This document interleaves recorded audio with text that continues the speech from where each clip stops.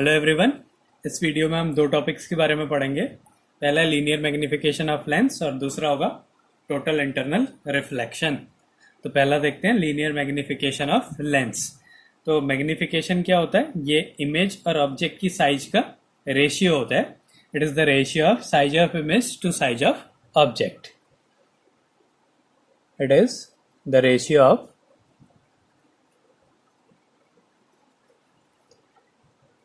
it is the ratio of size of image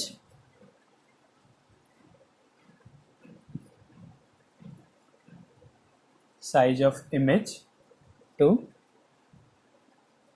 size of object। तो image और object के size का ratio जो है वो लीनियर मैग्निफिकेशन कहलाता है। इसको स्मॉल m से रिप्रेजेंट करते हैं। m equals to size of image को कैपिटल आई लिख देते हैं, साइज ऑफ ऑब्जेक्ट को कैपिटल ओ लिख देते हैं। तो ये है मैग्निफिकेशन। इसके न्यूमेरिकल करते टाइम भी साइन कन्वेंशन का यूज करना पड़ता है। अब अगर कॉन्वेक्स लेंस है, फॉर कॉन्वेक्स लेंस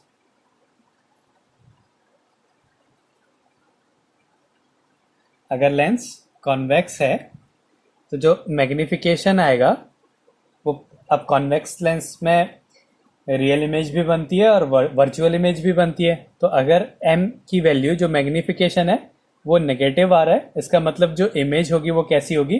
रियल और इन्वर्टेड होगी। रियल एंड इन्वर्टेड इमेज होगी। और अगर m की वैल्यू पॉजिटिव है तो जो इमेज होगी वो वर्चुअल और इरेक्ट होगी। Virtual and erect. तो मैग्निफिकेशन के साइन से भी हम ये बता सकते हैं कि जो इमेज है वो कैसी होगी, उसका नेचर कैसा होगा। अगर मैग्निफिकेशन नेगेटिव है कॉन्वेक्स लेंस के लिए तो इमेज जो है रियल और इन्वर्टेड होगी। अगर पॉजिटिव है तो वर्चुअल और इरेक्ट होगी। ऐसी कॉनकेव लेंस के लिए, फॉर कॉनकेव लेंस, अगर कॉनकेव लेंस है तो इमेज हमेशा वर्चुअल और इरेक्ट बनती है। और वर्चुअल और इरेक्ट के लिए जो मैग्निफिकेशन है वो कैसा आएगा? पॉजिटिव आएगा। तो कॉन्वेक्स लेंस के लिए मैग्निफिकेशन नेगेटिव और पॉजिटिव दोनों आ सकते हैं, लेकिन कॉन्वेक्स लेंस के लिए मैग्निफिकेशन हमेशा पॉजिटिव आएगा। इसका मतलब है इमेज कैसी होगी? वर्चुअल और इरेक्ट होगी। Virtual and erect. तो ये इसका नेचर होगा। अब अगर जो मैग्निफिकेशन है वो एक से बड़ा है, इक्वल है या एक से छोटा है, ये न्यूमेरिक वैल्यू ले रहे हैं। अगर वैल्यू एक से बड़ी है, इक्वल है और एक से छोटी है तो जो इमेज होगी वो enlarged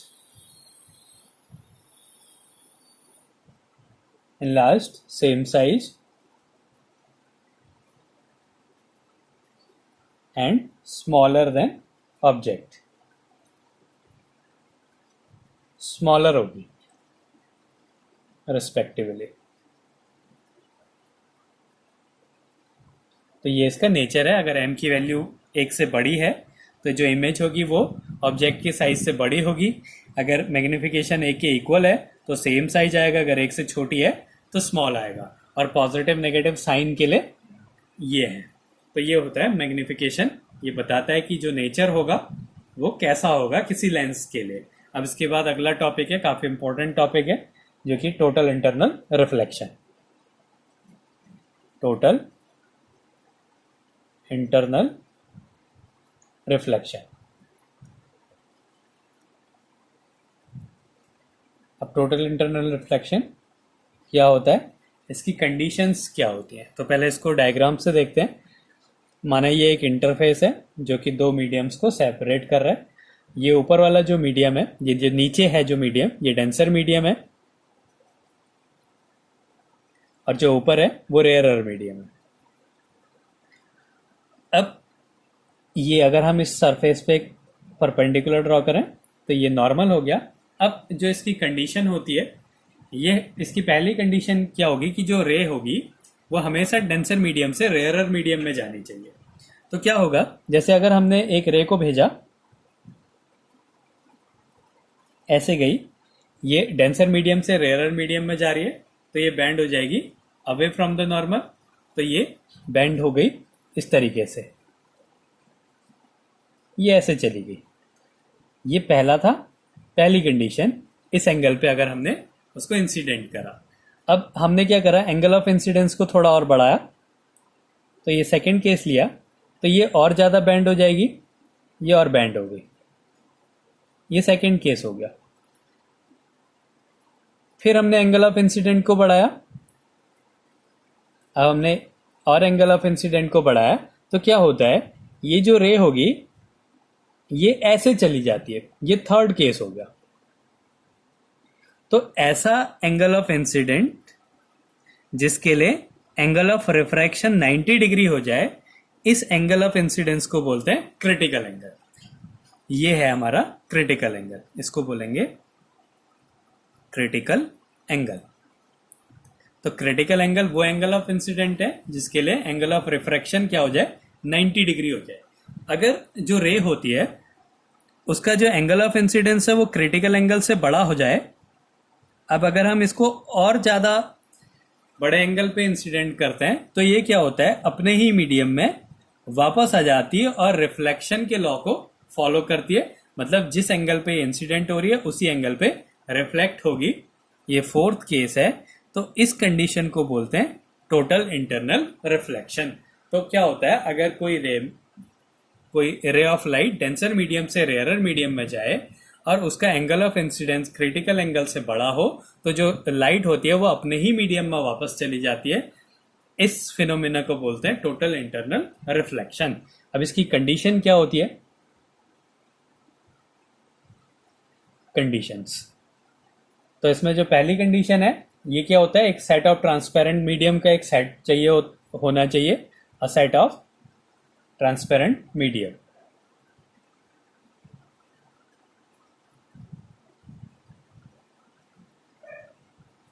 एक ट्रांसपेरेंट मीडियम का सेट होना चाहिए। दूसरा, जो लाइट है वो हमेशा डेंसर मीडियम से रेयरर मीडियम में जाएगी। Light travels from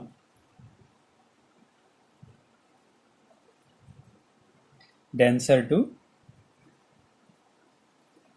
rarer medium। ये इसकी सेकंड कंडीशन है। थर्ड कंडीशन क्या है, जो एंगल आई है, एंगल ऑफ इंसिडेंट जो है वो जो है क्रिटिकल एंगल से बड़ा होना चाहिए। Angle I should be greater than critical angle. तो अगर angle of incidence critical angle से बड़ा हो तो वहां पे क्या होता है, लाइट अपने ही मीडियम में वापस चली जाएगी। इसको कहते हैं टोटल इंटरनल रिफ्लेक्शन। और क्रिटिकल एंगल वो एंगल ऑफ इंसिडेंट होता है जिसके लिए एंगल ऑफ रिफ्रैक्शन कितना हो जाए, 90 डिग्री हो जाए। तो अगला इसमें हेडिंग है critical angle. Critical angle, it is the angle of incidence, it is the angle of incidence for which angle of refraction is 90 degree।